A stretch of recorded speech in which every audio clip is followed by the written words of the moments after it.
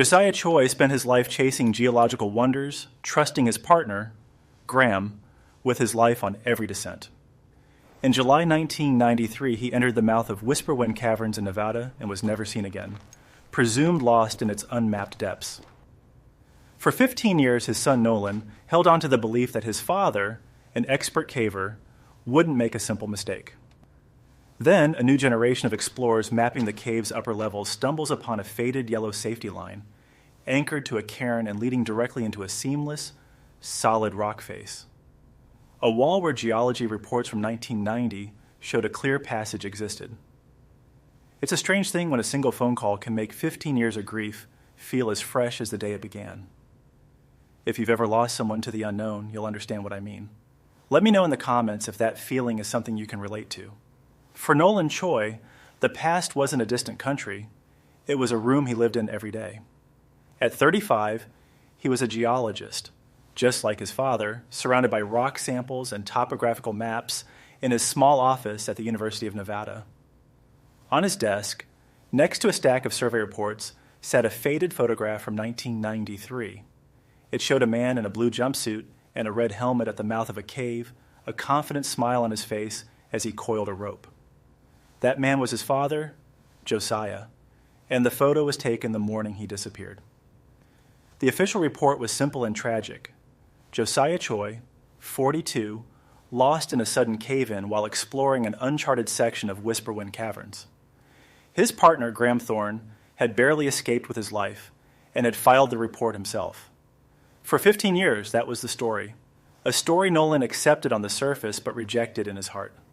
His father was meticulous, a master of risk assessment. He didn't die because of a simple mistake. The phone call came on a Tuesday afternoon. It was from the State Parks Department. The voice on the other end was a young ranger, professional, but with an undertone of excitement. He said a team of volunteer cavers had been remapping the upper chambers of Whisperwind. They'd found something. An old safety line. Nolan's heart hammered against his ribs. He'd dreamed of this call, imagined it 1,000 times. But the ranger's next words made the hair on his arms stand up. The rope, a faded yellow line, was anchored to a small stack of stones, a cairn. It led across the chamber and went straight into a solid wall of rock. A dead end. Nolan felt a chill that had nothing to do with the office air conditioning. "That's impossible," he said, his voice quiet. "That can't be right." "We thought so too, sir," the ranger said, "but we've checked the old surveys, the ones from before your father's expedition. There was a passage there, a narrow one, but it was on the map. Now it's just wall." After the call ended, Nolan stared at the photo of his father. The smiling man at the cave entrance seemed to be looking right at him. A rope leading into solid rock wasn't a clue to an accident. It was a question demanding an answer. He pulled up his father's old files on his computer, his fingers flying across the keyboard. He found the scanned copy of the 1990 Geological Survey of Whisperwind Caverns. And there it was, in black and white. A thin, dotted line indicating a passage right where the ranger said the wall now stood. A flicker of hope, something he hadn't allowed himself to feel in over a decade, ignited in his chest. It was a terrible, painful hope, but it was real. He had to go there. He had to see it for himself. He had to know why a passage had turned into a tomb. 3 days later, Nolan stood at the entrance to Whisperwind Caverns, the same spot where his father's last photo was taken. The Nevada air was hot and dry, but inside the cave's mouth it was cool and smelled of damp earth and time. He was met by the young ranger from the phone, who introduced himself as Ben. Ben led him through the familiar main chambers, their headlamps cutting through the oppressive darkness. After a 20-minute hike over uneven ground, they arrived at the site. The scene was exactly as Ben had described, and it was even more unsettling in person. A single yellow rope, sun-bleached and frayed from years of stillness, was expertly tied to a small, snowman-like cairn. It stretched across the dusty floor and disappeared into a narrow crack in what was, for all intents and purposes, a solid wall. It looked like a magic trick, a geological impossibility. Nolan ran his hand over the rock face. It was coarse and uneven, but undeniably solid. He knelt and examined the point where the rope entered the wall. It wasn't just wedged in, it seemed to be swallowed by the rock itself.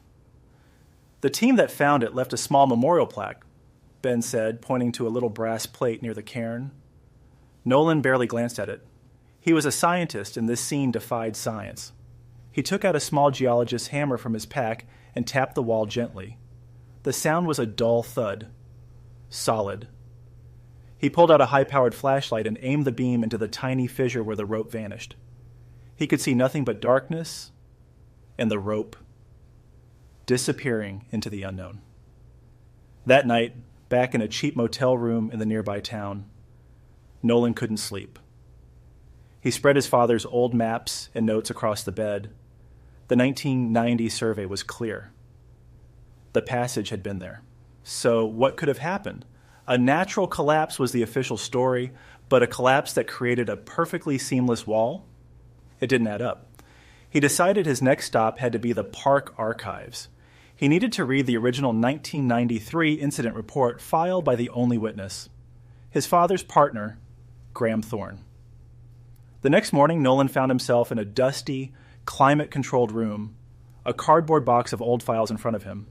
He carefully lifted out the file labeled Choi, Josiah, Incident Report, 1993. The pages were yellowed, the typewritten words slightly faded. He read Graham's statement over and over. Graham claimed he had been waiting at the entrance to the new passage while Josiah went in to take initial readings. He heard a deep, grinding rumble from within the cave, followed by a huge cloud of dust that billowed out of the passage. Fearing the entire section was unstable, he had retreated and called for help. The search and rescue team had arrived, but the passage was gone. The area was deemed too unstable for any recovery attempt. It all sounded plausible. A tragic, but straightforward, accident. But something nagged at Nolan. He drove back to the park headquarters and asked to speak to anyone who might have been on duty back in 1993. Most had long since retired or moved on. But one name came up. Walt Coleman. A retired ranger who now lived a quiet life just outside town. They said Walt had been one of the first responders on the scene. Nolan found Walt sitting on the porch of his small home, overlooking the desert landscape. He was an old man now, with kind eyes and skin like wrinkled leather. Nolan introduced himself, and a flicker of recognition crossed Walt's face. "I remember that day," Walt said, his voice a low, gravelly hum. "I remember your father. Good man. One of the best." Nolan showed him a copy of Graham's report. "Does this sound right to you? Is this how you remember it?" Walt read the report slowly, his brow furrowed. He shook his head. "It's what he said, all right, but something never sat right with me. When we got there, Graham was waiting for us by his truck. For a man whose partner and friend had just been buried alive, he was calm. Too calm. His gear was clean, too. Not a speck of dust on him. The report mentions a huge cloud of dust, but he looked like he'd just come from a walk in the park." The pieces started to click into place for Nolan.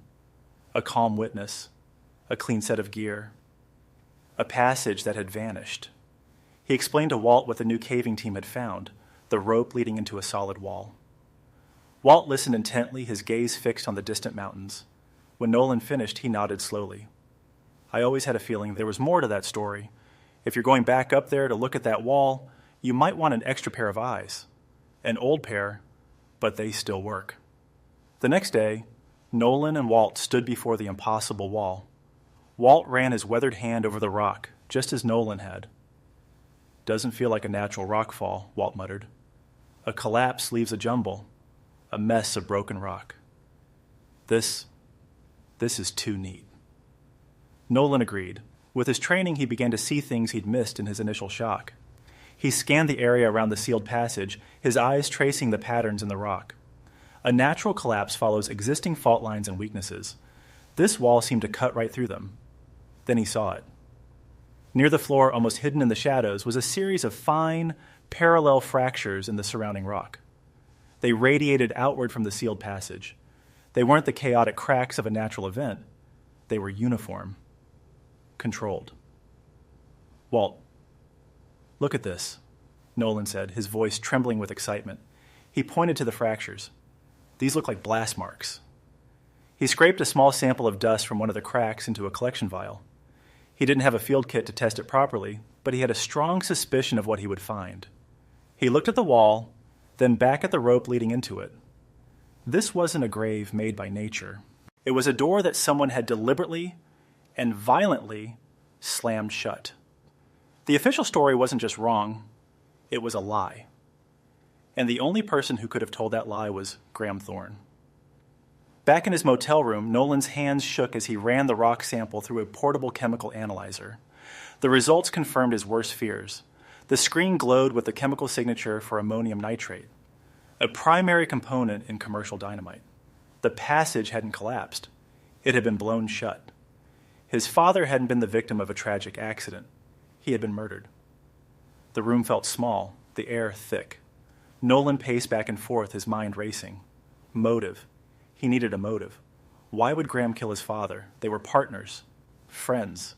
They had built their careers together. He got on his laptop and started digging into Graham Thorne. What he found was staggering. Just 6 months after his father's disappearance, Graham had quit his university position and founded Thorne Mining, a private geological consulting firm.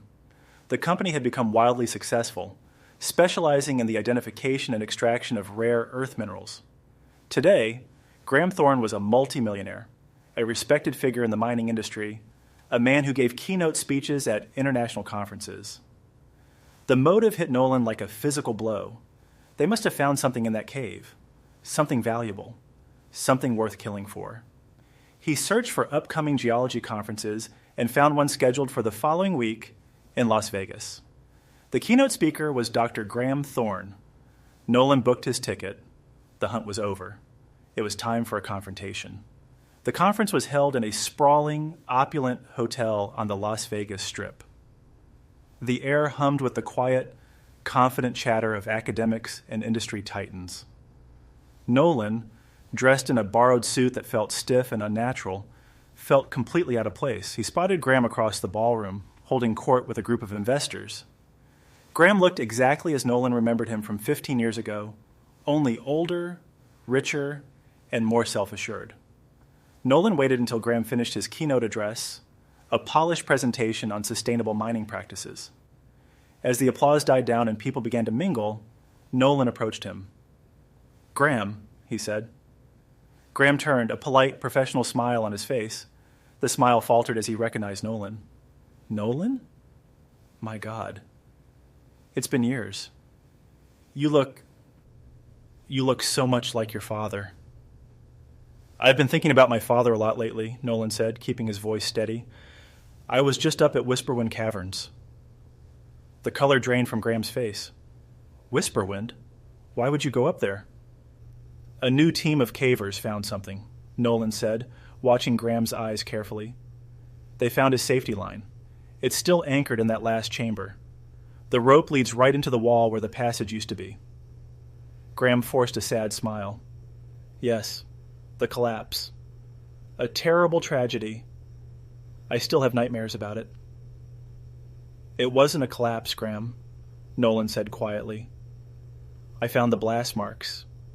I tested the residue. It was dynamite." Graham's composure shattered. His eyes darted around the room, looking for an escape. "You don't know what you're talking about. You're a grieving son making wild accusations." "Am I?" Nolan pressed. "My father was researching rare mineral deposits in that area. Specifically, a vein of neodymium he believed ran through that cave system. 6 months after he died, you started a company specializing in rare minerals. A company built on a discovery that was never yours." Graham's face twisted into a snarl. "Your father was a fool. He wanted to publish the findings, hand it all over to the university for a pat on the head. He didn't see the potential, the money. I gave him a choice.